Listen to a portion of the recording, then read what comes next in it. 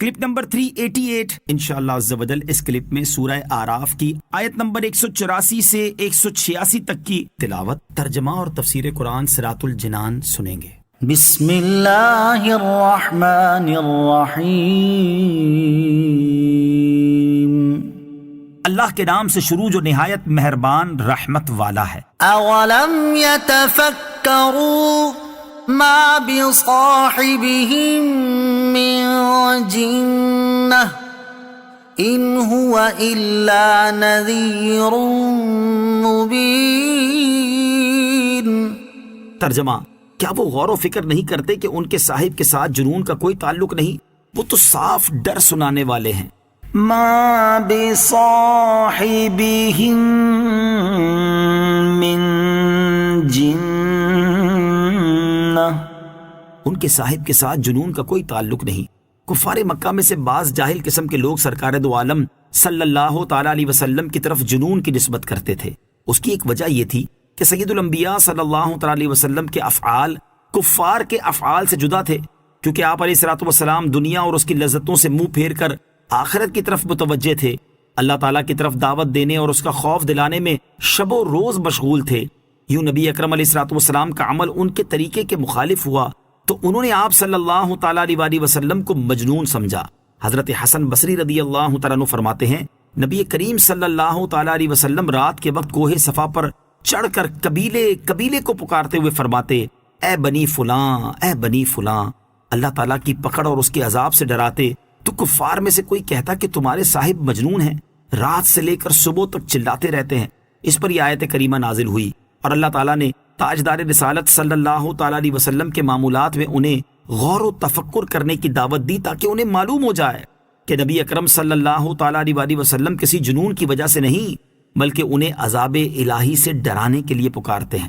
دوسری وجہ یہ تھی کہ وحی نازل ہوتے وقت رسول اکرم صلی اللہ تعالیٰ علیہ وسلم پر عجیب حالت طاری ہوتی، چہرہ متغیر ہو جاتا، رنگ پیلا پڑ جاتا اور یوں محسوس ہوتا تھا جیسے آپ پر غشی طاری ہو۔ یہ دیکھ کر جاہل لوگ آپ کی طرف جنون کی نسبت کرتے۔ اللہ تعالیٰ نے ان جاہلوں کا رد کرتے ہوئے اس آیت میں فرمایا کہ میرے حبیب صلی اللہ تعالیٰ علیہ وسلم پر کسی قسم کا جنون نہیں، یہ تو انہیں اللہ عز و جل کی طرف بلاتے ہیں اور اپنے فصیح الفاظ کے ساتھ قطعی دلائل پیش کرتے ہیں۔ ان کی فصاحت کا مقابلہ کرنے سے پوری دنیا عرب عاجز آ چکی ہے۔ میرے حبیب صلی اللہ تعالیٰ علیہ وسلم کے اخلاق بہت عمدہ اور معاشرت بڑی پاکیزہ ہے، ان کی ہر عادت و خصلت انتہائی نیک ہے، ہمیشہ اچھے کام کرتے ہیں اور اسی وجہ سے تمام عقل مندوں کے مقتدا و پیشوا ہیں۔ اور یہ بالکل بدیہی بات ہے کہ جو انسان عمدہ اور پاکیزہ شخصیت کا حامل ہو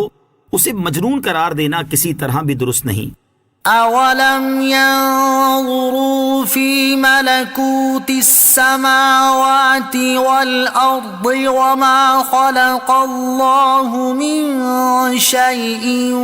وان عسى ان يكون قد اقترب اجلهم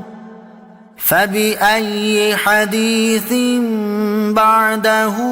يؤمنون۔ ترجمہ، کیا انہوں نے آسمانوں اور زمین کی سلطنت اور جو چیز اللہ نے پیدا کی ہے اس میں غور نہیں کیا اور اس بات میں کہ شاید ان کی مدت نزدیک آ گئی ہو تو اس قرآن کے بعد اور کون سی بات پر ایمان لائیں گے؟ اولم ينظروا، کیا انہوں نے غور نہیں کیا؟ اس آیت کا خلاصہ یہ ہے کہ کیا ان کفار نے آسمانوں اور زمین کی سلطنت اور جو چیز اللہ عز و جل نے پیدا کی ہے اس میں غور نہیں کیا تاکہ وہ ان کے ذریعے اللہ تعالیٰ کی قدرت و وحدانیت پر استدلال کرتے،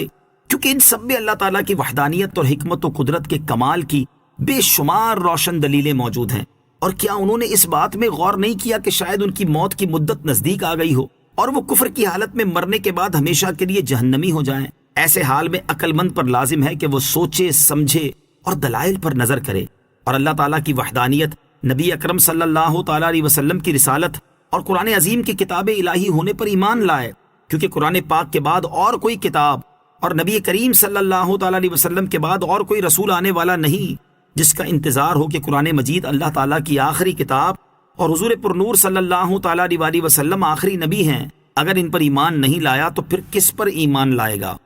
من يضلل الله فلا هادي له وَيَذَرُهُمْ فِي طُغْيَانِهِمْ يَعْمَهُونَ۔ ترجمہ: جسے اللہ گمراہ کرے اسے کوئی راہ دکھانے والا نہیں، اور وہ انہیں نہیں چھوڑتا کہ اپنی سرکشی میں بھٹکتے رہیں۔ مَن يُضْلِلِ اللَّهُ فَلَا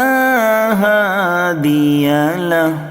جسے اللہ گمراہ کرے اسے کوئی راہ دکھانے والا نہیں۔ اس آیت کا یہ معنی نہیں ہے کہ کفار کو اللہ تعالیٰ نے گمراہ کیا ہے، کیونکہ اگر یہ معنی ہو تو کفار قیامت کے دن حجت پیش کریں گے کہ جب اللہ تعالیٰ نے ہمیں گمراہ کر دیا تھا تو اس میں ہمارا کیا قصور ہے، کس قانون کی بنا پر ہمیں ہماری گمراہی کی سزا دی جا رہی ہے۔ بلکہ اس آیت کا معنی یہ ہے کہ جب مسلسل کفری عقائد پر جمے رہنے کی وجہ سے کفار کے دلوں میں گمراہی راسخ ہو گئی اور وہ اپنی سرکشی میں حد سے بڑھ گئے، حتیٰ کہ انہوں نے اپنے اختیار سے اس چیز کو ضائع کر دیا جو انہیں ہدایت اور ایمان کی دعوت دیتی، تو پھر ان کے دل و دماغ سے دعوت حق قبول کرنے کی استعداد جاتی رہی، اور وہ اس طرح ہو گئے گویا کہ اللہ تعالیٰ نے انہیں گمراہی پر